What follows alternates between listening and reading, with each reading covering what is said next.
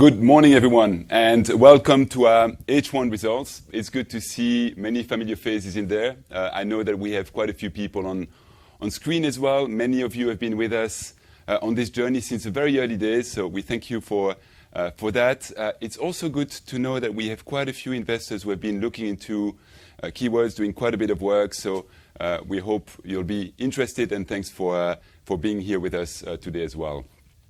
Talking about newcomers, we also have Rob Kingston, who is now officially in the seat as CFO, so welcome, Rob, and John, who is now fully operational as COO, so giving us more muscle as a team overall. So today, we'll go through, I'll cover the H1 summary first, then Rob will come on stage and share the financial review. I'll go a little bit longer on technology and AI, of course, a very important topic nowadays before closing on Outlook, and then the three of us will come for Q&A. So I think it's fair to say that we've been delivering in a challenging market. We've been gaining share while building for the future. You'll see good performance for H1. At the same time, we invested massively into M&A, into technology, into the platform, while executing on the 5 key pillars of our strategy that I'll share a bit more about. In terms of numbers, how does it translate? A 19.4% revenue growth for the first half on a year-over-year basis, and organic growth at 10.4%, very much in line with guidance that we gave at the beginning of the year, and adjusted operating margin at 15.4%, again, very much in line with guidance. Now, this comes after a couple of incredibly strong years into the industry, especially on the back of COVID.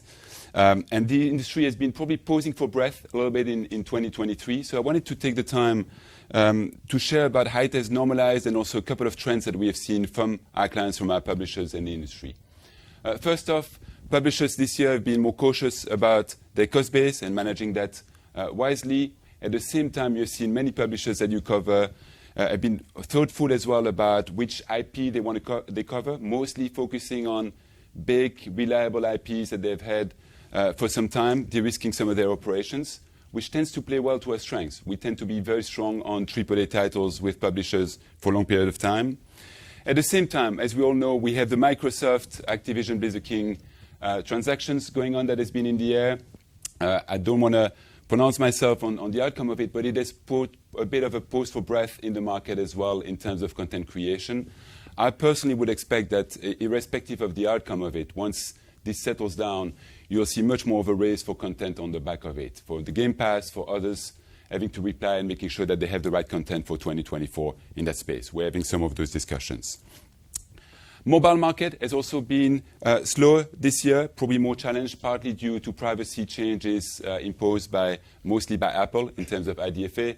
I think, by the way, that this plays to our strengths. You'll see some studios that we brought on board recently, like DMM, were really at the core of influencer marketing, social marketing, online content, which could play very well when you think about the years ahead to position ourselves and getting a lot of demand on that level. And more recently, we've had the US strike on the entertainment side in particular that has had an impact, or almost of a standstill on some of the M&A operations overall.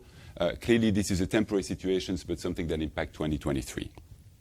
So all in all, when you step back on this, you see the Create division has been incredibly resilient, very strong growth. Rob will share the details on that. Part of it was, if you remember last year, we were turning down a lot of demand because we simply didn't have the headcounts, the engineers to be able to fulfill it.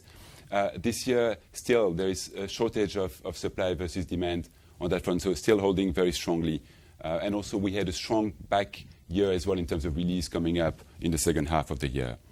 Other areas like Globalize and Engage have been more impacted. Again, Rob will share the details. Growth has been more moderated on that front, but coming on the back of very strong comparables last year. Like take Globalize was growing 20% plus last year. And in each of those categories, still comfortably gaining share. So on the right-hand side, just stepping back for a second and take a 3-year horizon, what we see is that since COVID, or the beginning of COVID, the gaming sector has grown by 25% that time, so which is quite an impressive number. And Keywords in that same time has been doubling in size of our business and making sure that we had the right operational leverage as well to scale that in a proper way in terms of operations. And on average, we've seen an organic growth of 18% over that period of time. Now, in the spirit of stepping back again, I think it's really important in those times as well to look back at the broader trend when you look at midterm, when you look at even from 2024, some very, very strong trends that are overwhelmingly positive for the sector in its own right, which I think tend to be forgotten a little bit. The first one is what I was just highlighting in terms of engineering capabilities. So there is a shortage of quality engineers. You'll see us keeping investing massively into that area. We're fortunate as well through the acquisitions we have done, through the quality of our studio, to really be on the AAA side and to have really quality people on that front. Secondly, there is when you see external flex happening right now, which we've seen many layoffs, whether it's in technology company, ad publishers this year, many have used that as a way as well to scale their operation and to right-size it where they need it to be. Part of it had been growing probably a bit too fast for their own comfort on that front. Typically, what we see in external service providers, and many of you cover it in other industry, is you get to see right on the back of that external service provider, the years afterwards tend to benefit very strongly. So we're getting ready as well to make sure that to take care of that and to be able to help our publishers not only with their demand shorter term after that, but also the type of flexibility they'll be needing. I have a few examples of that. The third one is on AI. I'll cover that in much more depth. But what I wanted to flag here is there's been a lot of noise on AI, but we are collaborating very, very closely with most of the top publishers in terms of figuring out together what does it really mean. And I think we are very much at the center of the industry to be able to help there, almost playing a role as an aggregator. LiveOps is a critical one, and you've seen that we took the turn probably ahead of the pack on that front. We have invested massively in LiveOps. We have full cycle game development as well that are in play with some of the biggest players in the industry. LiveOps has a profound impact on the industry because it's going to create a huge amount of demand in terms of content, in terms of assets that needs to be ready, in terms of the velocity that needs to be ready for that. Hence, you often hear me talk about the platform we are building to be ready for that type of element. And probably more importantly than anything else, the players are there. There's been less spend, especially on mobile, but we're 3.3 billion players around the world. When you look at all the Steam data, the number of concurrent players has never been as strong as nowadays. And at the same time, you have some of the constraints related to hardware that have been removed more recently on PlayStation 5, and some other platforms that probably will make some announcement in due time as well. So all in all, I think very strong trends coming our way. Along those lines, this is the size of our opportunity. This is really the size of the prize for us. As you know, we are the leading player into our space. We are roughly 3 times the size of the next one. But the important piece to me is on the left-hand side is that there is still 90% white space up for grab into that market overall. That's why, again, we want to play the long-term game, making sure that we build that platform properly. In terms of share, we've been gaining share in that market. A lot of data from IDG, from Zudio Digital has been coming across on that front. We are now comfortably above 6% market share. As a reminder, the total market is roughly 200 billion, of which 36 billion is the content space, the content creation. That's really the space in which we operate at Keywords, of which still only 13 billion has been externalized. When we first showcased that at the CMD, it was roughly 11.5 billion, has grown now to 13 plus billion there. And as much as it has been posing for breath a bit this year, there is roughly a 9% CAGR expected over the next 4 or 5 years ahead of us in that space.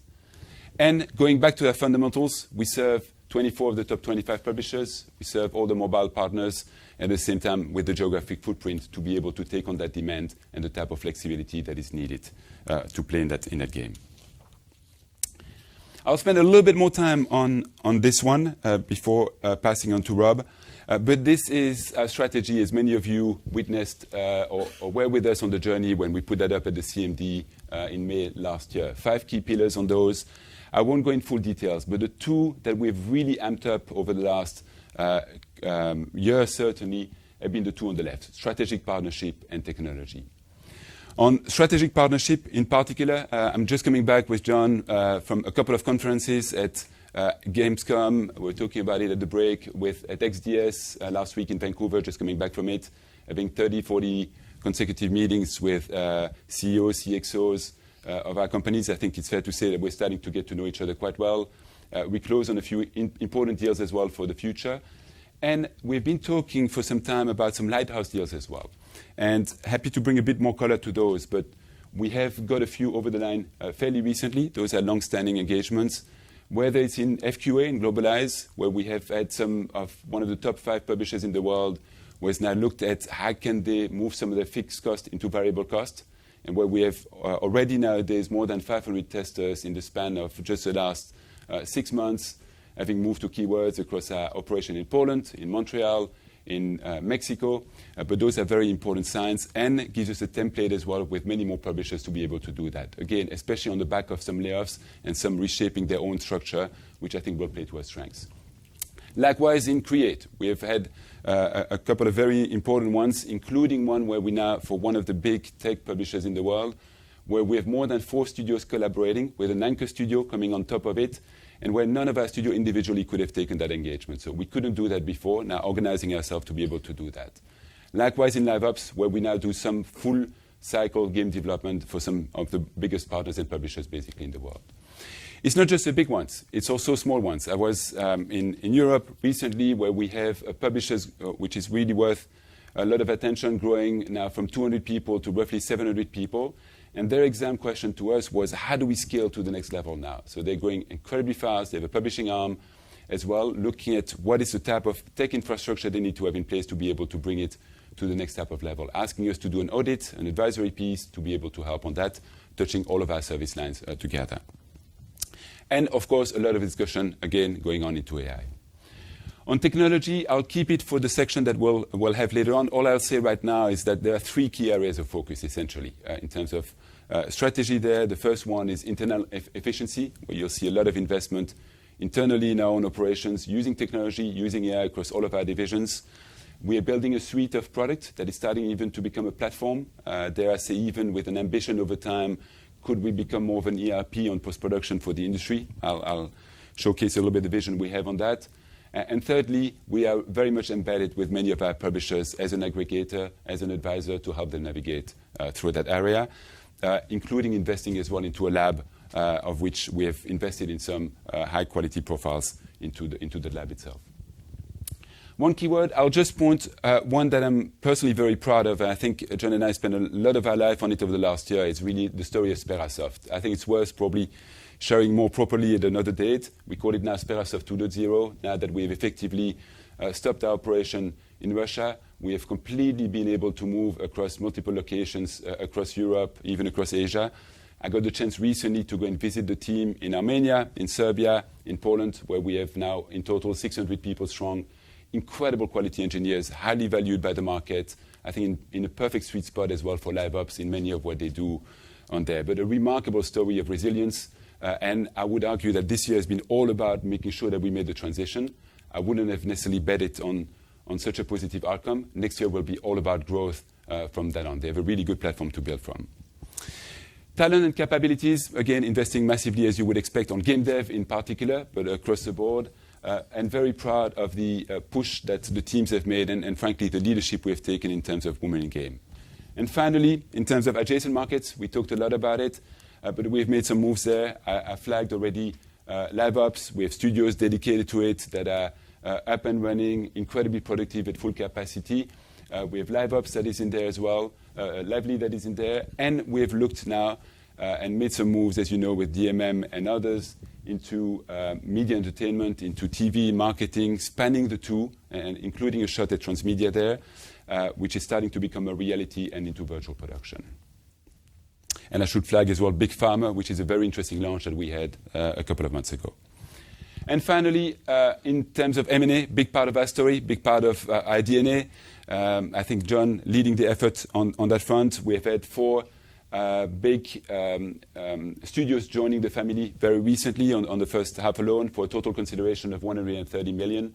I think really good quality assets, Hardsuit Labs on the game dev side, very, very strong studio.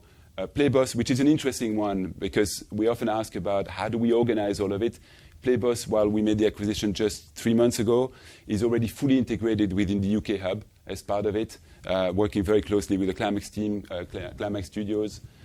Strong move with digital media management, very important one, I think, at the sweet spot into the wheel that we're aiming to build on marketing, as we talked about in mini keywords, social marketing, influencer marketing, a good piece of technology underlying that.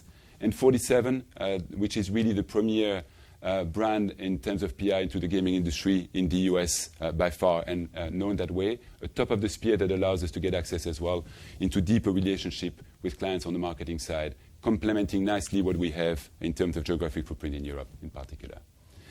So, and maybe last point I'll say on that is, of course, very diligent, and you know us for the rigor that we put into M&A, the type of principles that we have behind. But I've never seen a pipeline that is as healthy as what we have right now. And partly might be related to the point earlier about the industry pausing for breath a little bit. If you're a smaller player, you're probably a bit more vulnerable right now. If any of the big IP sneezes a little bit, that's our opportunity, because we can offer those partners to effectively get access to the top 25 players and really to join the platform. We've seen quite a few of those more recently. Rob, I'll pass on to you.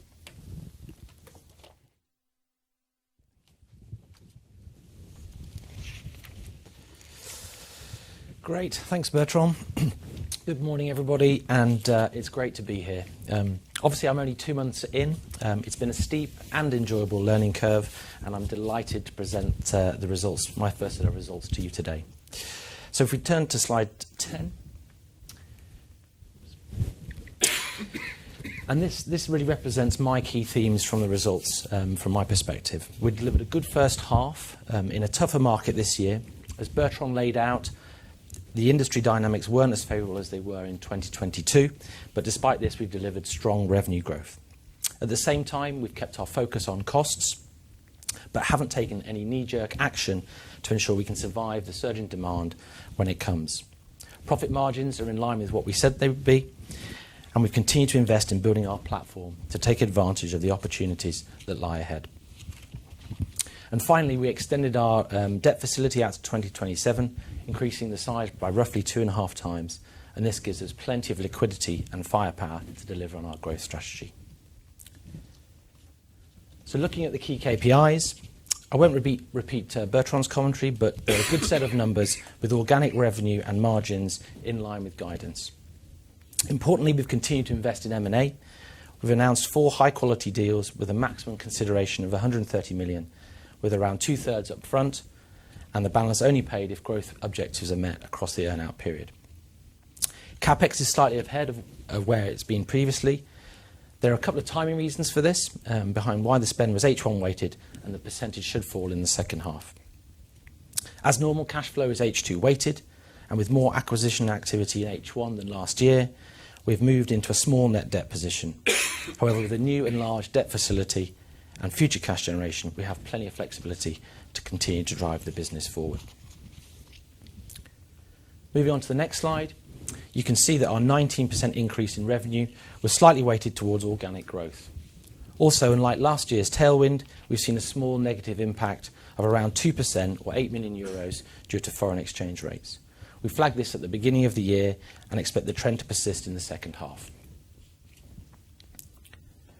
Looking in more detail at revenue growth then, you can see that we've had a varied performance across the 3 service lines, reflecting the trends in the market and growing our share. Create was the standout performance through a combination of M&A and very strong organic growth. The 22% was spread across art and game development, with both service lines remaining in strong demand. And I think this is a real demonstration of the quality of service we provide. We're a true partner to our clients on some of their biggest releases, including Starfield, Diablo 4 and Hogwarts Legacy. In addition, performance reflects underlying fundamentals, where high-quality talent remains scarce in the industry and it's capacity constrained at the high-end level. Globalize grew by 5% and well ahead of the market, which declined according to IDG. Within this, we saw a good performance for our functional testing business, but localization had a tougher time as clients looked to manage costs. For example, some clients have only focused on core languages where large audiences guarantee returns at launch. We do not believe this is a permanent shift, but as Globalize operates across a broad cross-section of the industry, it reflects less activity in the gaming space. And finally, we saw strong overall growth in Engage due to M&A. In our player engagement business, we saw some contraction in the mobile market after 2 extremely strong years. We experienced clients scaling back on the number of people to support with the current trend of sort of lower customer spend and user engagement, although this improved Q2 versus Q1. On the marketing side, which is naturally more susceptible to a slower economic environment, we saw a number of late notice delays into the second half. This part of the business should bounce back fast when the environment changes, but remains exposed to further delays as work is weighted to Q4. Now, as you know, there are entertainment strikes currently taking place in the US. They started in the latter part of the half, so had limited impact on these numbers. However, the strikes are now beginning to impact our media and entertainment audio businesses and our US marketing studios, who all serve the gaming, film and TV markets. We cannot predict when the strikes will end, and therefore assume the financial impact to be around 2 to 2.5% of full-year organic revenue growth, should the strikes persist to the year end. But after cost control, we expect a limited impact on adjusted operating profit. It's also worth noting that when the strikes are resolved, there may be a period of time before activity starts again, but when it does, we expect to benefit strongly from the surge in demand in this area. Turning to margins and looking at more detail, as we've already said, we've delivered a good performance in line with our expectations and guidance. Whilst below the first half of 22, it was largely in line with the second half as the business started to normalise post-COVID. And looking at the slide, you can see the longer-term trend is centred around the 15% level. In addition to this, we've continued to invest, adding talent as appropriate and making sure that we can run the business suitably for the long term. Moving on to the core financials, we've talked through most of these already, I think, but we delivered a 10% increase in adjusted EBITDA to just over 77 million euros. Adjusted operating profit rose slightly lower than last year, slightly lower, and adjusted EPS was flat period on period, reflecting margin normalisation post-COVID, increased interest costs from the timing of M&A, and a higher number of shares in issue. Finally, we've maintained growth in the dividend in line with our policy. We've increased the interim payout by 10% to 0.85 pence, and while small, I think it's important discipline for the business as it allocates capital. Adjusted free cash flow was 13 million behind last year due to two working capital timing differences. First, we saw a delay in the receipt of UK tax credits. We'd been expecting to receive these in H1, but they landed in July and August. And second, we also saw a temporary increase in our debtor days as some of our clients used Keywords to manage their working capital at the half year. But as of July, debtor days were back in line with last year. Separately, CapEx was weighted to H1 as previously flagged. It was around 10 million higher than the prior year. Around half of this was linked to the purchase of long-term software licenses to lock in favourable pricing.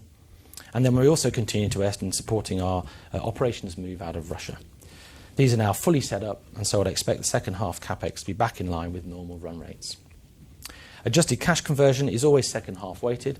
For example, if you look at last year, it was 58% in H1 and 100% for the full year. And if you were to add back the tax credits that we've now received, we're at 49% underlying cash conversion for the half. So overall, we still expect to see cash conversion for the full year around the 80% mark. The business has a strong financial position, having run a net cash balance since the equity raise during COVID.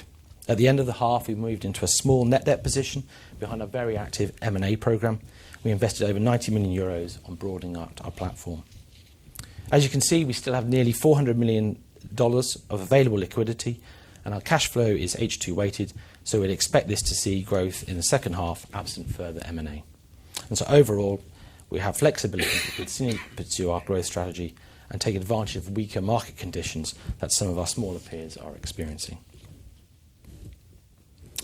Turning to guidance, if we exclude the impact of the US entertainment strikes, we still expect to deliver full-year underlying organic growth at broadly a similar level to the number in the first half. And I'd note this is weighted to Q4 as we build into 2024. And there's always the potential for some contracts to slip into Q1 as clients are currently very budget conscious. As I've said, the US entertainment strikes are continuing. Disappointingly, we expect to see 2 to 2.5% impact to organic revenue growth for the year. Now, we're doing everything we can to manage costs across the business, but also balancing that with preparing to service the pent-up demand when it is released. Overall, we expect to largely mitigate the impact of the strikes to adjusted operating profit, with margins expected to remain above 15%. The rest of our guidance metrics are in line with what we said previously, and we continue to be mindful of the FX rates, where the US dollar to euro rate is expected to move against us. So, on my last slide, before I hand back to Bertrand, I just wanted to show this one to finish. It's one of the key reasons why I wanted to join Keywords. The consistent track record is quite remarkable, with top-line growth matched at the operating profit level through the cycle. And importantly, as I look ahead, we have the key pillars in place to continue that growth as the leading player in a large, growing and dynamic market. And I'm delighted to be here. Back to you, Bertrand. Thank you, Rob. Thanks for that. I think now I'm going to spend a little bit more time on technology and AI. Obviously, it's a hot topic right now. So I thought it would be worth taking a little bit of a glimpse on that in terms of the progress we've made, maybe sharing a bit of vision that we have on that front. I hope you'll find it helpful to some of the discussions that we've had more recently. Before we start, I have to say I found it actually even more exciting as an opportunity and the upside than I even found a few months ago. And you know I'm coming from a tech background. So I think we're uniquely placed to win on AI. I think we have a great platform to take that on. I think we're definitely determined to take the lead into that space. We want to do it respectfully, in the right, responsible way with our clients. But I layered, maybe on the left-hand side, you see some of the strategic pillars, the three key areas I was talking about earlier. The first one is we definitely want to use it to create internal efficiency across our own operations. This is key to us. This is part of what we do continuously to make sure that we remain competitive, that we have a platform that can be at the right price level, at the right flexibility for our partners. Concrete example of those, we have a big initiative going on around Globalize right now, where we're using technology to streamline a lot of our own operations to make it much easier for clients to operate with a single point of contact with us, which requires all of our processes to be more harmonized. I'll share a bit more about that, but big initiative in the go. We're also using AI tools everywhere across the business. John and I have been pushing that everywhere across each of the service line, each of the divisions, each responsibility to make sure that we look at the efficiency and where AI can help with quite a few early wins in the belts on that front as already. The second one is around building AI product platforms. So I'll touch much more on that in a minute, but to give you a sense, we've put 200 heads behind that initiative right now. So we're pretty serious about that. Those are product guys, product teams who have really come together across the different products, some that we've acquired, some that we had, some in which we have invested quite significantly. But I think that's a very, very important component of our story going forward. And by the way, we didn't wait for ChatGPT to come in to effectively launch that. You know, it was one of our pillars from the very early days of it. And thirdly, I touched on the labs earlier, but we have launched, we definitely want to be innovating for the future. There's a lot to be invented. There's a lot to be figured out. There's a lot of partners out there. How do we figure out which ones to map, which ones are the winners? And for that purpose, we have launched a lab and an AI Center of Excellence under the leadership as well of Jamie Campbell. And you might have seen that recently we brought on board Stephen Peacock. Interestingly, Stephen was the head of AI ML at Amazon, at AWS Games. We didn't approach Stephen. He came to us asking to join the team. And I think if you were to ask him, and I hope you'll get the chance, what really attracted him to Keywords has been the ability to be really at the center of the ecosystem into the gaming space and how we could shape effectively AI with our partners in that space.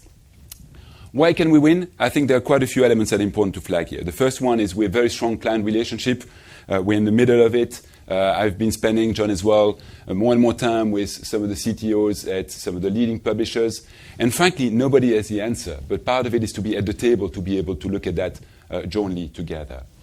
We have also a strong track record of 4,000 technologists in Create. So we have across our engineering team 4,000 engineers who naturally, technology is part of the DNA. It's part of their oxygen. I'll show a bit more about that.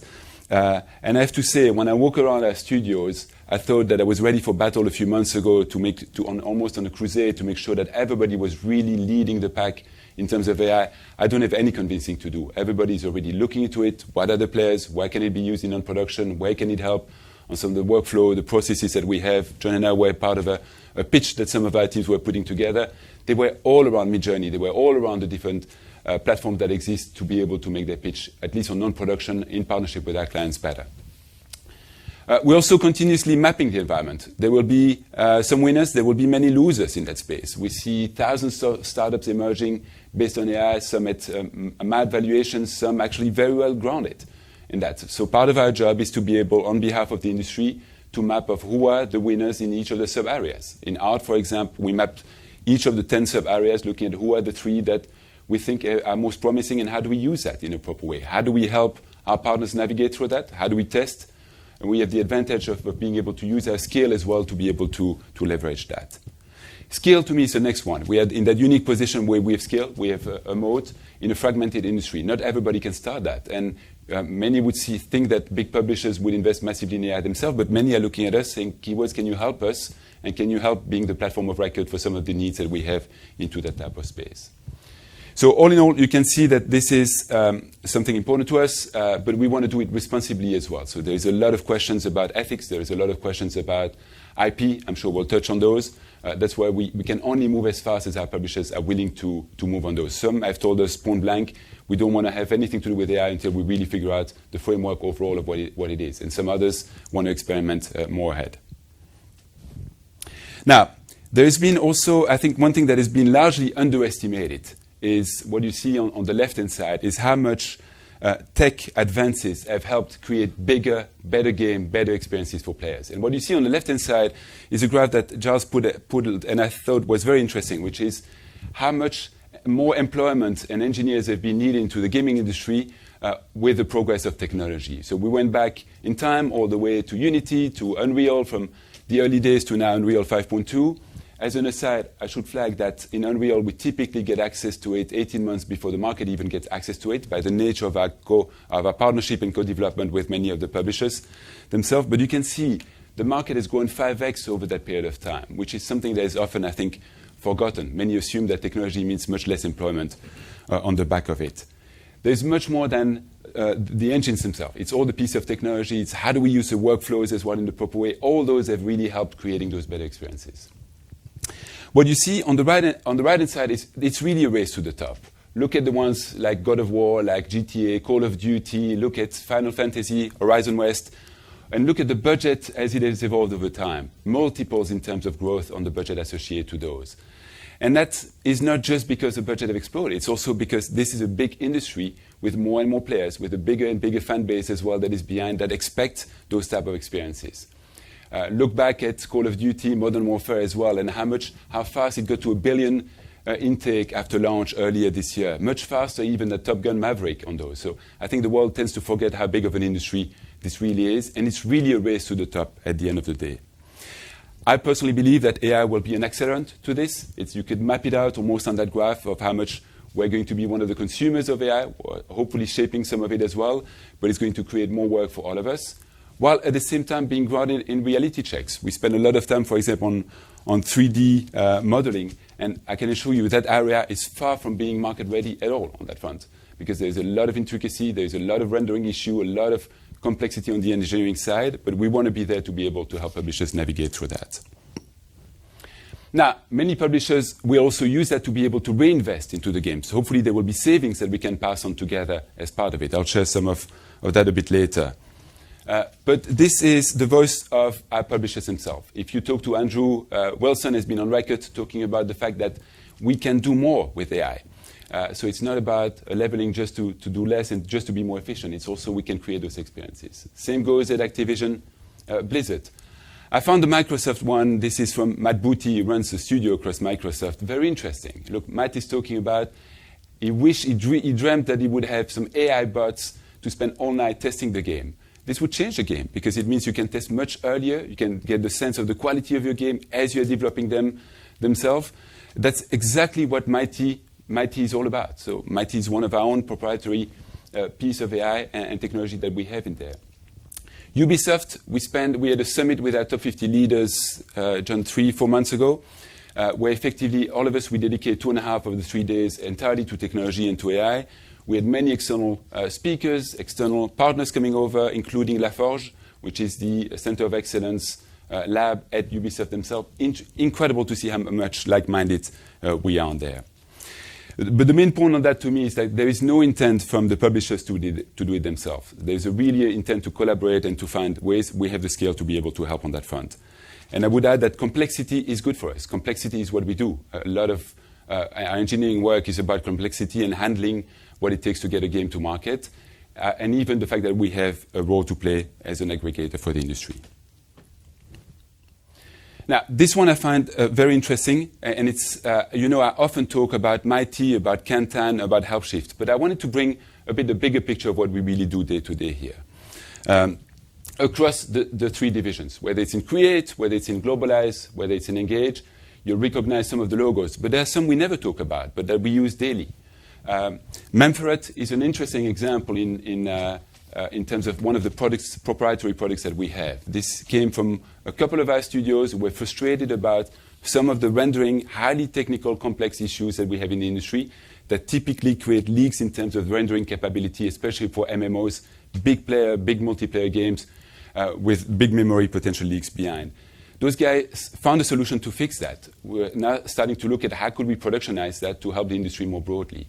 So we went through it with Jamie Campbell, and when I was talking about the Center of Excellence at the lab, at what are the 38, I think we looked at products that are homegrown to some extent. Which one are the 3, 4 that we could effectively go and scale ourselves? Spectrum Lab is an interesting one. This one is being done in partnership with a company called Spectrum Lab. In the Engage area, it's all about community management. It's all about sentiment analysis. How can we read real time, thanks to technology, the sentiment into your community? When you have hundreds of millions of players into a game, how can you detect the poisonous area? Where can you detect the risk that some things go wrong into your network so that you can really have a healthy community behind? We're working with all of those with already a long-standing partnership there. PXN is an interesting one. PXN is one about distribution of assets when a game is about to be released. Think about a big production like Baldur's Gate, like Starfield. Those are massive, massive production where thousands of assets of different shapes or forms, video, asset, text, audio needs to be moved from one way to the other to the media, for the trailers and others. You need the underlying digital asset management platform to be able to do that. We have one of those that is quite renowned into the space called PXN. Now, it's also at the bottom line, you'll recognize a lot of the engines that we use day in, day out. Again, many of those we get access way before they get released on the market, which gives us a real advantage as well on those. Same goes now on Stable Diffusion, on Midjourney. We're big users across the team of each of those tools. What I'm trying to say here is this is part of the DNA of what we do. And I would forecast that when we see each other in a couple of years from now, this will be part of the oxygen of what we do naturally into many of our divisions.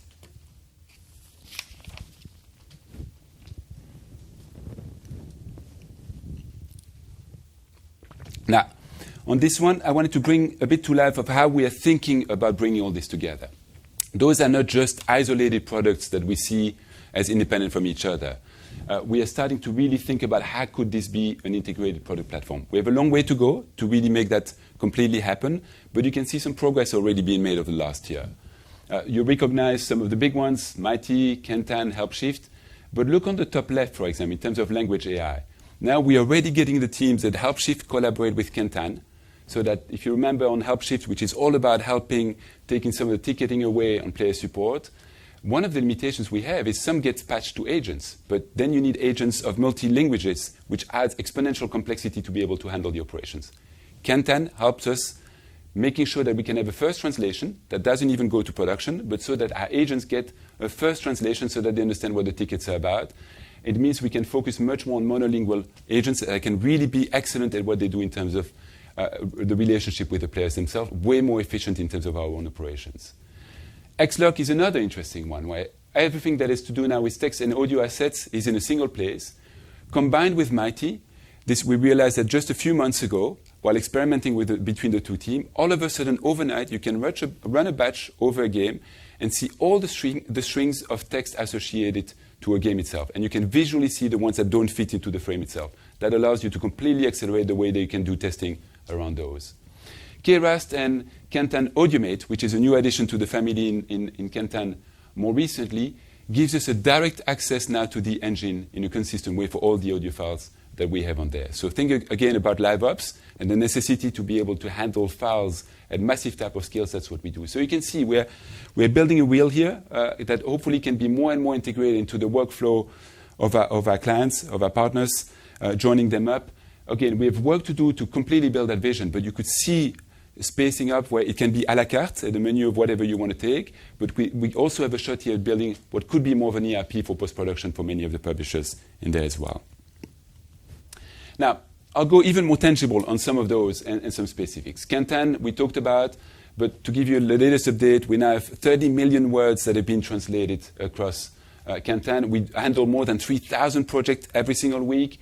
We're live on 28 titles across Microsoft, we have an average turnaround time of 30 hours, critical for live ops. And more importantly, since we saw each other last time, we have now expanded that to other clients, looking at the top 5 clients on which we can naturally go and grow with them, using it internally on behalf of our clients for better efficiency, and some of them looking at integrating that into their workflows. Helpshift, this is probably one of a snapshot of a fascinating case study. I cannot name the client, but we have a landmark client of which we're now at 29%, almost 30% of the tickets have been automated, with 20% improvement in terms of efficiency for them. So it gives you a sense of how much we can split between the two of us. We have, importantly to me, also a CSAT that is improved by 7 points in terms of customer satisfaction. And that's the best of technology and services coming together. Mighty is another one that you've heard about in the very early days of it. This was very embryonic when we acquired Mighty a year ago. We had 4 developers attached to it. It was only in Unity. Well, less than a year later, we're now proud to say that we are live on Unreal. We are live on custom engines as well. We have the ability now to work with AAA clients on the back of it. We start having interesting case studies as well with clients. So we have the first few pilots going on in the second half of the year, with including some very big names. I cannot name them right now, but making good progress on that front. To give you a sense, we were at Gamescom a couple of weeks ago. We had more than 50 demos with many of the big publishers coming on and getting a sense of what this thing was all about. I think it was a really massive, massive eye-opener. And one advantage that we have as well is we have 24 studios on the Create side that do co-development with our partners. It requires a lot of trust to make it work because you need access to the code base. But that's what we do. That's where we are positioned. And we have now, John has pushed many of our studios to make sure that we use it internally already ourselves so that we can naturally go as an extension. That's probably the best go-to-market that we have in there. So I think it's really illustrating the power of our platform.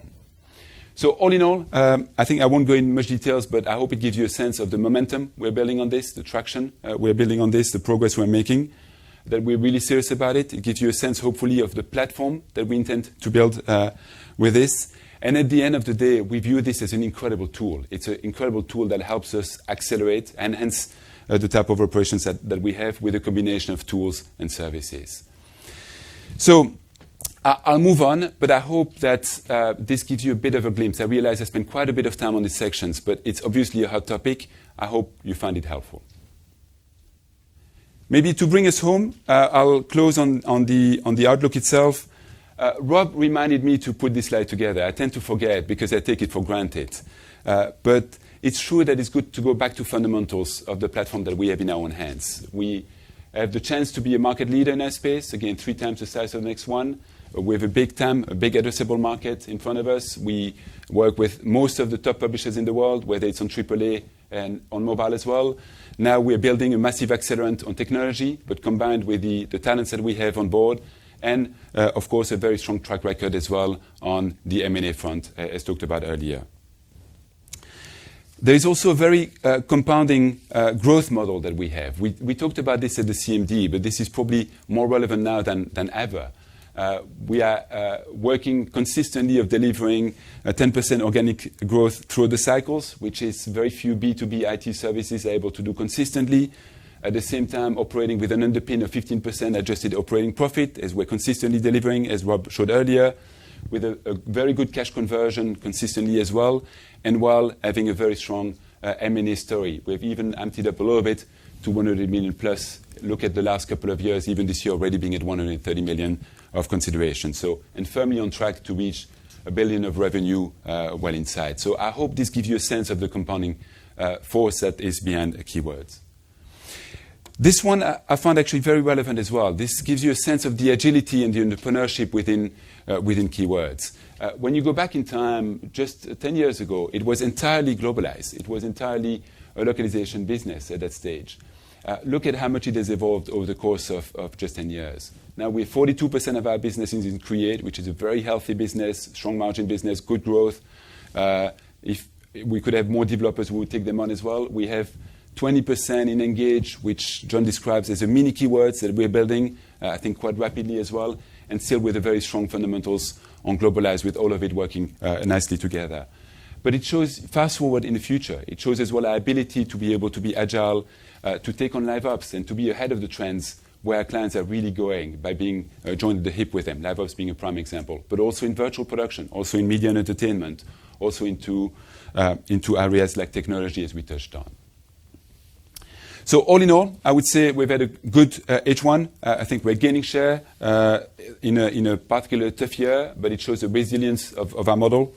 We have a strategy. We're executing on it on all levels. I think in particular with upping the ante in terms of strategic partnership, in terms of technology, with a very strong M&A machine behind. And finally, we are very passionate about building a platform for the long term with a compounding model that hopefully is very sustainable for the long term. That's what you are buying into. And as we pose to Q&A, I'll just pause on that. I think we tend to forget what we do at the end of the day, which is in those type of setup. At the end of the day, one of the highlights for me is really the type of titles that we work on. This is just a small selection that allowed us to talk about it. We often happen to be the B2B hands behind the scenes on it, but think about Starfield, Diablo, Hogwarts Legacy with Warner, Baldur's Gate, one of my favorite Belgians fellows on that front. But on each of those titles, we have many, many studios working on those. Each of our service lines are engaged on those, more and more integrated in the way that they operate together. And for many of those, we've been working for 3+ years on those and have big engagements as well that are recurrent over the years to come. So hopefully that is always good to remind ourselves of what we do at the very end of the day, but that's the exciting piece within the company. So on that note, I'll invite Rob and John to come over for Q&A.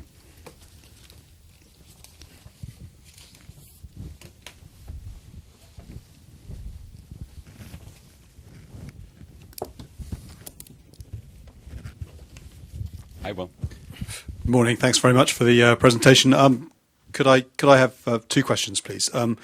Firstly, you flicked past the savings that Helpshift was generating in one particular instance and said there was mentioned a 20% cost saving. Are you seeing more instances of where you are able to price for value rather than price based on the amount of work done? And is more use of technology driving that? And the second question I wanted to dig in a little bit on strategic partnerships. To what extent should we expect you to be making announcements of X hundred people are moving from X client over to Keywords to do this, that, the other, sort of from on a long-term type of contract, 3 years, whatever? Is that the sort of thing we should be expecting to see over the next few months? I'll start maybe on those two, and John, you can help me out. I think really good questions, things that we are working on very closely. Helpshift, you're right. Maybe as a quick reminder, well, I went a bit fast, but we see 20% saving in this case. This is one real case study, fairly large scale as well.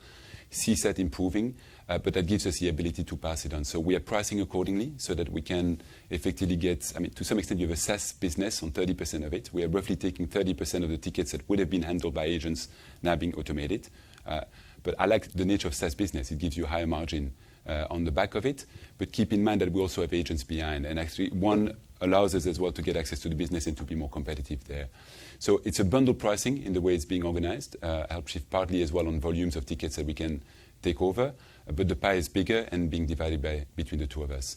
What I like in there is it's not just a cost equation. It's also CSAT has improved. When you think about the fundamental of Helpshift, what it does, it says, look, in this type of ticket, complaint from a client or for a player right now, we can go and intervene right there, right then, live. We don't have to wait for a day before handling their issue, which is the real-timeness of this is really important because the player is in the game, wants to continue their experience. So that's where you really see the improvement in experience itself.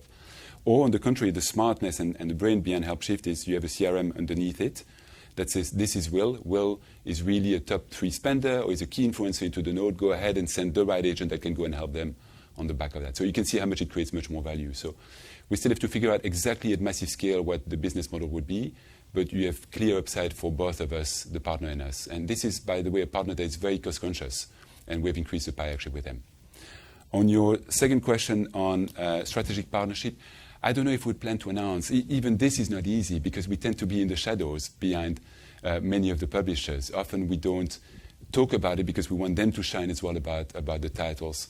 But that's where maybe at one point in time or at a CMD or at a mini event that we do, we'll talk them about client A, client B, client C with their approval, or we'll try to get some of them to tell the story, which I think would be even more powerful than us.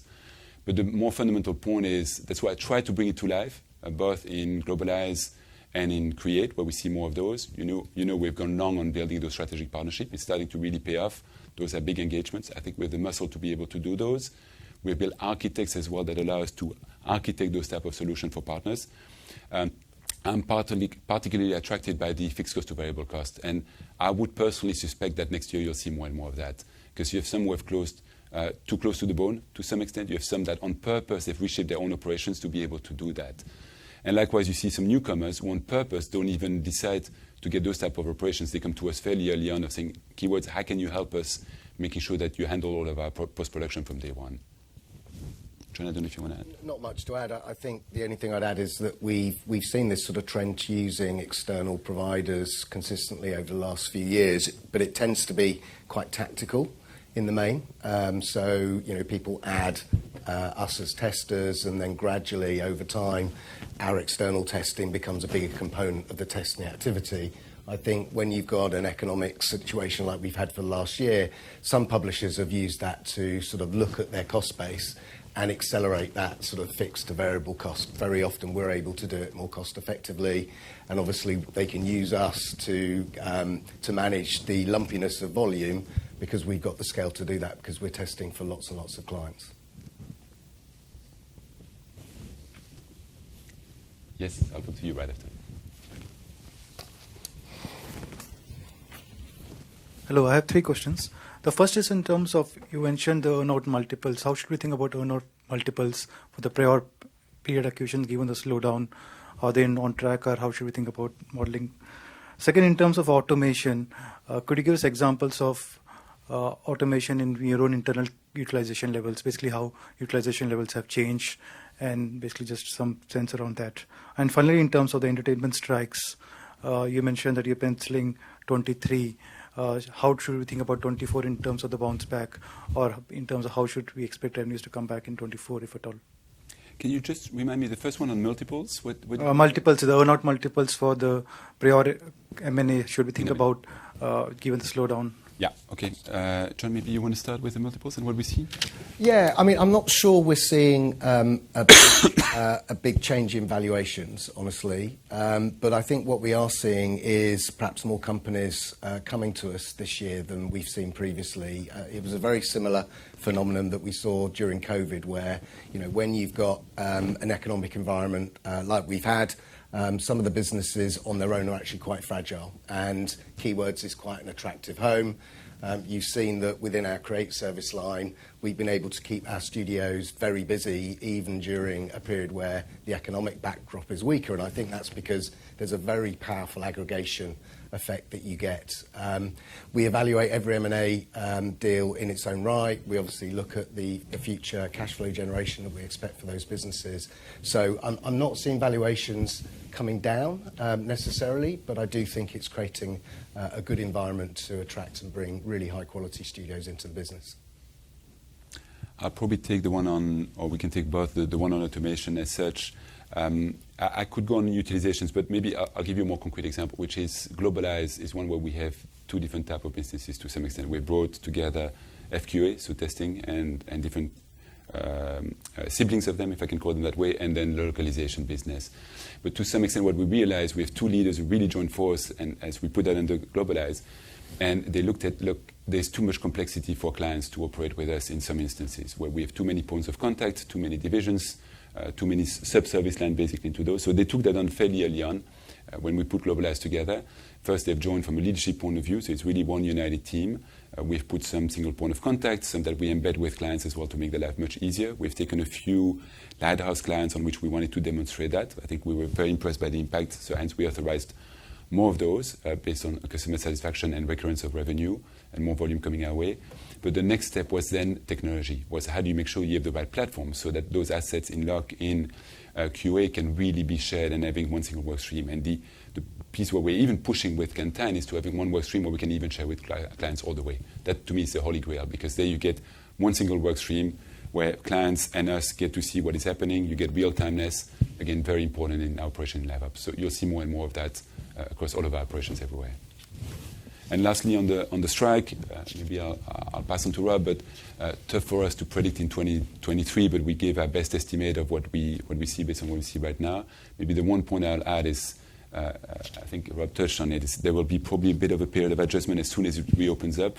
I don't know when. I cannot predict. We made the assumption right now until the end of the year. However, I've been privy to a few discussions with some of the big studios on the M&E side, and what they all expect is they've asked us to be ready big time for a tsunami of content that comes on the back of that, which is not really surprising. So we also have to gauge about how do we handle our operations to also be, we tend to be very flexible and to adjust very quickly our model, but as well to be ready to have the right strengths and man-woman power as well and technology to be able to take that demand as soon as it comes back.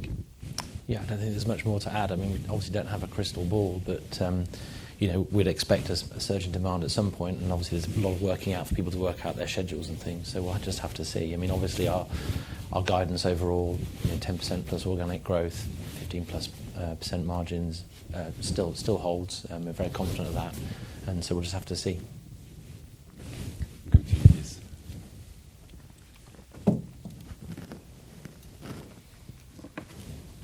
Yeah, hi, it's Nick Dempsey from Barclays. I've got 3, please. So first of all, just on this year in terms of organic growth, are we saying that if some of those projects that you hope to come in Q4 spill into next year, that we'll have to take another cut out of organic revenue growth? Or have you already captured a conservative approach to that in the way that you are guiding? Second question, I guess you've always been able to evolve your business along with your customers as they change by making acquisitions, but maybe not in this space, but outside this space, we've seen some eye-watering multiples paid for anything that's got AI in the title. Yeah. So is there a risk that you won't be able to evolve yourself through acquisition without blowing through all of your financial targets for acquisitions? And then the last question, just looking at the testing area, you're obviously doing some accelerating Mighty Games pretty quickly, but we're talking about 40 people working on this. It seems a bit unlikely to me that's going to be the final word in AI testing. So is there a risk that you're just one of 20 people who's having a go at this when previously you were able to be dominant in a people-driven world of testing? Okay, good questions. Maybe, Rob, you want to take the first one? Yeah, sure. I mean, I think, as always, with our business, projects move around all the time. Indeed, we've seen that this year, certainly in Engage, where some of the marketing projects, move from the first half to the second half. But I think ultimately we'll have to see how it goes. I mean, we've given the guidance today for this 2 to 2.5%, because that's what our best estimates for what we think the overall impact is from the strikes. Importantly, we've largely mitigated that at the operating profit level by being tight on costs. So, today that's our guidance as to where we think we're going to land the year, and we'll just have to see from there. On your second questions about M&A and multiple, I totally understand your question, but I think you can probably trust us over the years to be rigorous in terms of how we approach M&A. John gave a sense as well. I mean, typically on 5 to 7x multiple, we've been fairly rigorous and systematic. Even if you look at some of the tech acquisitions we made on Helpshift, on Mighty, we've been actually fairly diligent as well in the way we approach those. We didn't go for any of those big VC-backed that has a pitfall of money going the other way around. That's not us. We wouldn't do that. I would even argue that if you look back at the 4 quadrants, and maybe John can comment more, but the 4 quadrants of acquisitions, game dev, marketing, M&E, and tech that we have showcased before, on technology, actually, it's not necessarily about pure acquisition on that front. A lot of it will be via partnership. And I think we have a unique position there that can really be an accelerant.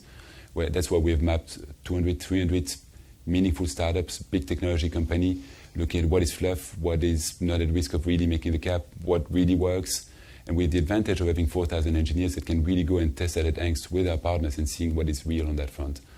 We've even mapped 3 in each, taking world building, for example, the Promethean AI of this world, taking NPC, non-playable characters, how do we map the in-world of this world, the charisma AI of this world, so that we get a sense of what works, what doesn't work with our partners as well. So I think that's really one of our secret powers here. But a lot of it will be via partnership. I'm personally very interested, and we're having a few discussions on go-to-market partnerships. Where could we be the implementer, so the service provider as well that helps on the implementation of them? What their issues will be having access and cash to be able to do a go-to-market. We're perfectly placed for it being able to do that. And in the meantime, I'll take maybe the third one, which is on Mighty, 40 people. Mighty is just one example. And again, it was probably the newbie into the suite of product we have there. But if I just step back, even just take Helpshift, Mighty, Kantan, it's already 200 FTEs on that front. It starts counting. 200 product guys, that's quite an investment in those space. Now, they're being monetized already right away as part of it. You can sense I'm coming from a product background myself as well. I build product teams, so how do we really think about the product organization? That also goes behind that. But you'll see, hopefully, through the vision of the wheel that we have, some of those are already new additions to the family on that front. So I definitely expect us to see more investment in that.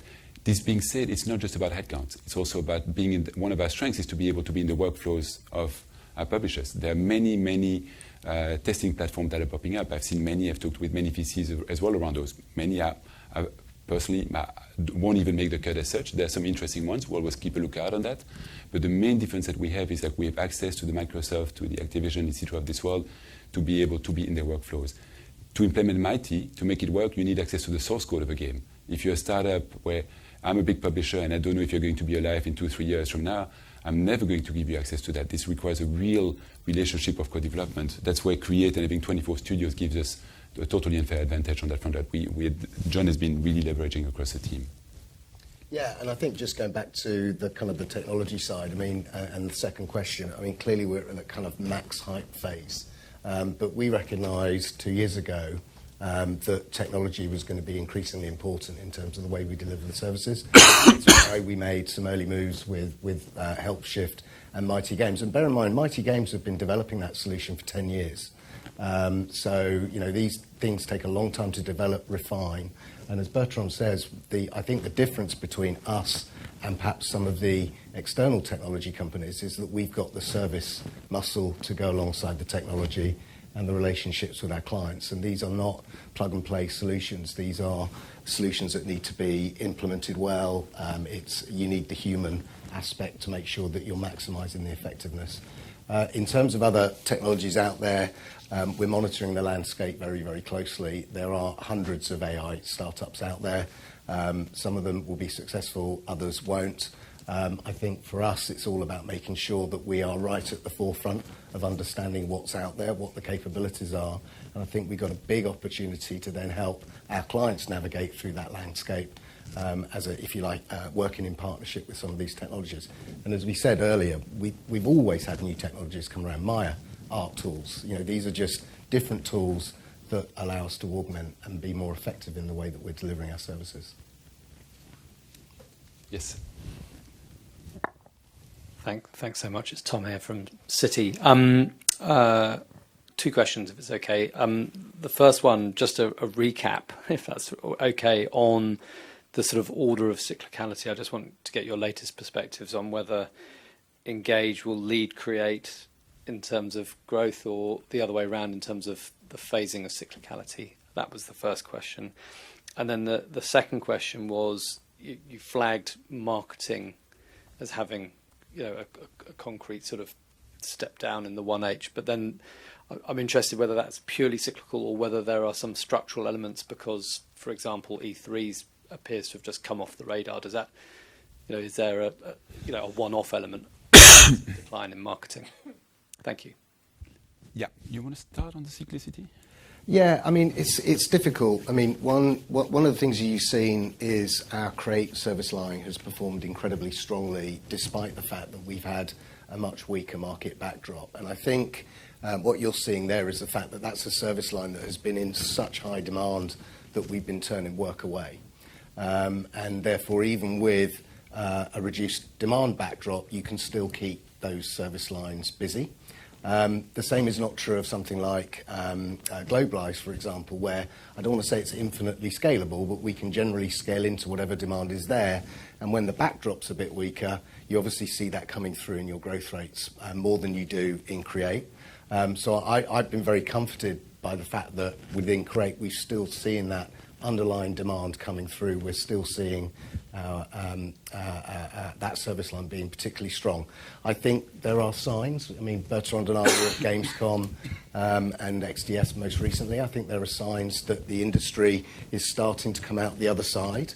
I think we're starting to see publishers look at content in a more meaningful way, and that should be good for our Globalize and Engage service lines. On the Engage side, you know, look, marketing, I think we said at the beginning of the year, We hadn't seen it at that point in time, but we always felt that marketing would be perhaps the place we'd see the weakness first, because it's such an easy area to cut costs if that's what you're looking to do. It doesn't necessarily mean that we're not being engaged on titles, but trailers are smaller. The marketing budgets are smaller. And again, I think once we see the industry feeling a bit more confident in terms of outlook, I think we'll see those businesses return to much stronger growth. I would agree with that. And maybe to add a bit more color on your point about cyclicality on related to E3 on marketing, I think it's purely cyclical. I think E3 are kind of goes, right? But it's being already replaced by a lot of digital conferences, which was a fiesta of trailers as well when you look at it. If you go to Gamescom and you look at the opening night, it's actually 40, 50 trailers, of which, if you look at it, quite a few of ours are appearing in those. So I'm just making a plug for our work on Age of Empire. But more importantly, I think it's also a lot of time we spend on is as well to be in the right categories of marketing. So there's marketing and marketing, right? There's also the social dimension, influencer marketing, digital marketing, the backbone to be able to manage those influencers, snackable content for TikTok, for the social platforms, incredible high demand on that. If anything, it's about, that's where technology also came into place. How can you handle that type of volume that needs to move extremely, extremely fast on those? So that I find very interesting. It's a bit unfortunate for DMM right now with the strike to some extent in the US, but I'm very bullish about what this business can do, and we're going to open the door for them with already good reception on the video game side. So that's a very interesting space. There are spaces like analytics as well, when you think about live ops, where we definitely want to fortify the position we can have there as we build a puzzle in that type of area. And again, Helpshift, community management, trust and safety. We categorize that as player engagement. It's a broader marketing in a way, but really important discussions that we're having with players as well on those lines. I think that's important, actually. From a structural perspective, that's definitely a trend that we're seeing. It's sort of gone away from being sort of one big launch and then you wait until you do the next big launch. You're seeing much more games as a service, much more evergreen, continuous content production, and that is driving demand for social media, community management, and that was why we're very excited about bringing Waste Creative into the business about 12 months ago with DMM, who have fantastic credibility in that kind of social media marketing, TikTok, YouTube, like you say, more snackable type content. Other questions online as well, potentially, Charles? Yeah, thanks, Bertrand. Thanks, Bertrand. We've got a few questions from the line, which I'll try and work through. I think the first one is can you give a sense of what publishers are cutting most on in FY23? And a few examples of those. Is it less languages? Is it less player support? Where is this most keenly felt? Yeah, I can start, and maybe the three of us can jump in. I think you are largely on it. Those are the ones that are really the easiest one at the fringe, effectively, to cut. Less languages is one. We've clearly seen that. You've seen probably FQA has been holding very, very strongly. We talked about, some of the case. Lock has been more challenged this year. And a part of it is that it's typically, instead of 35 languages, you go back to the very core 15 languages that you have on that front. I think it's also one of the first things that gets reopened when you have invested in your titles and your IP, and then you need to reach a broad audience. Marketing is one as well, for exactly the reasons we discussed. Part of it is events like E3, but those are very short-term and quickly being replaced by other setup or will come back, but also because it's one of the easiest ones to cut off. You can see that in many other industries, but as John says, it's also one of the first ones that comes back, and we start seeing the signs of that already in H2. Player support, no, it's not being cut. I think in the sense that publishers really want to make sure that the example of Helpshift, it's really well handled. However, there's more about how can we get the best of cost and scale that we need to have. Hence, that's why we're coming in with solutions like Helpshift plus the agents coming behind. However, where you see an impact is not a deliberate cut. It's more that if you have less mobile spend, it goes back to the mobile trend, then by default you have a bit less players to be supported at time of spend itself. That's we've been suffering from that in the first half very clearly. So they will directly correlate it to mobile on that area. But step back as an overall portfolio, again, you know where all the strengths are. It's like there's a value as well of being diversified. And a year and a half ago, as a board, we're talking about a lack of exposure to mobile, well, despite having presence across the top 10. Now, we're very glad to be present there, but there's a bit more cyclicity, of which I think we'll be delighted to be on as soon as mobile picks back up. Yeah, I think mobile, for the last 2 years, that business has grown very strongly. It's by growing teams. This year we haven't lost any customers, we haven't lost any projects, but the team sizes are getting smaller to reflect the, if you like, the contraction in the mobile side. The only thing I'd mention is I think outside of those areas, I think we have seen a focus on core generally. So I think publishers have focused more on core IPs, those that they are really confident that they can monetize, which, as I say, that does affect the demand backdrop for something like Create. But because that was an area that we were already capacity constrained, you haven't seen that come through in the numbers as strongly as perhaps you have in some of the other service lines. Thanks. That's answered actually a few of the other questions, but one more is really around phasing of growth. We talk about in the release that growth will be weighted to the fourth quarter of 23. What does that imply for the run rates in kind of Q2, Q3? Do you want to start, Bob? John, you want to start? Yeah, I mean, so across the year we saw strong Q1. I would say Q2 wasn't as strong as Q1, and probably Q3 has followed that, and then we're expecting a stronger Q4.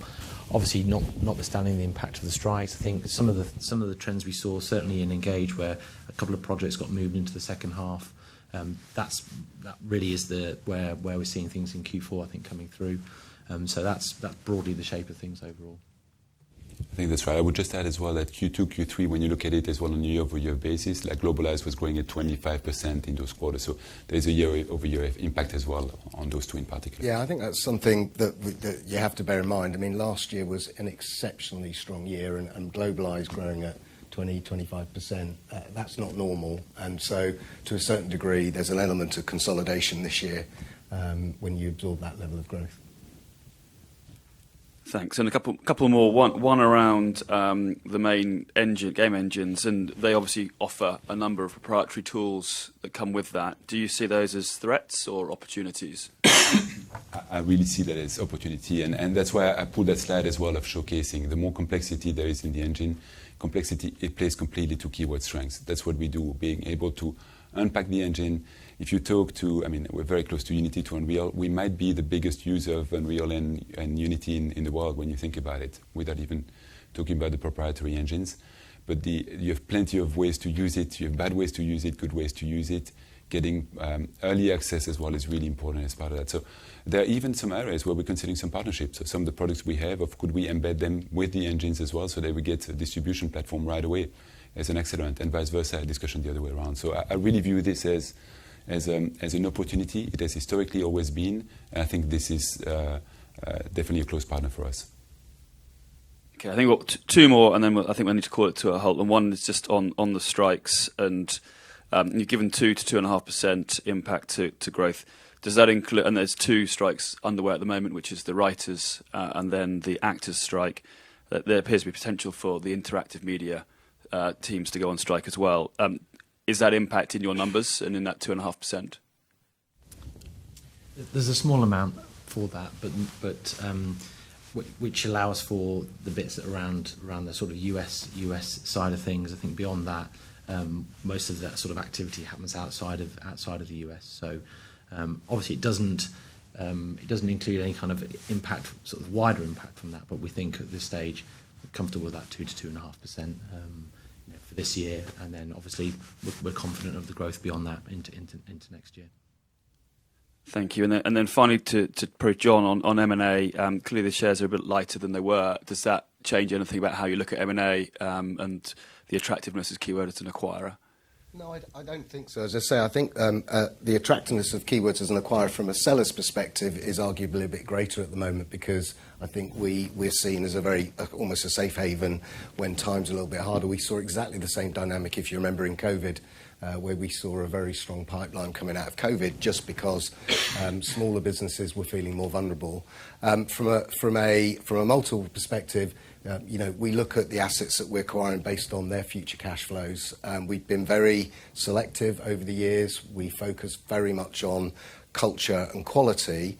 And I think at those sort of valuations, IRRs well in excess of our WACC, we'll continue to look to build the platform out selectively using M&A. Thanks very much. I'll hand back to you, Bertrand, just for any final remark. Yeah, just final closing. Thanks for being with us. Thanks on the calls as well for joining us. Thanks for following the Keywords story. Overall, maybe I would say three things. The first one is you can sense this is a more challenging year, but we're executing well. We have gaining share as well consistently. I think we're demonstrating as well the resilience of the model. When we've been talking about being the picks and shovels into a gold rush industry, I think this year definitely exemplifies that.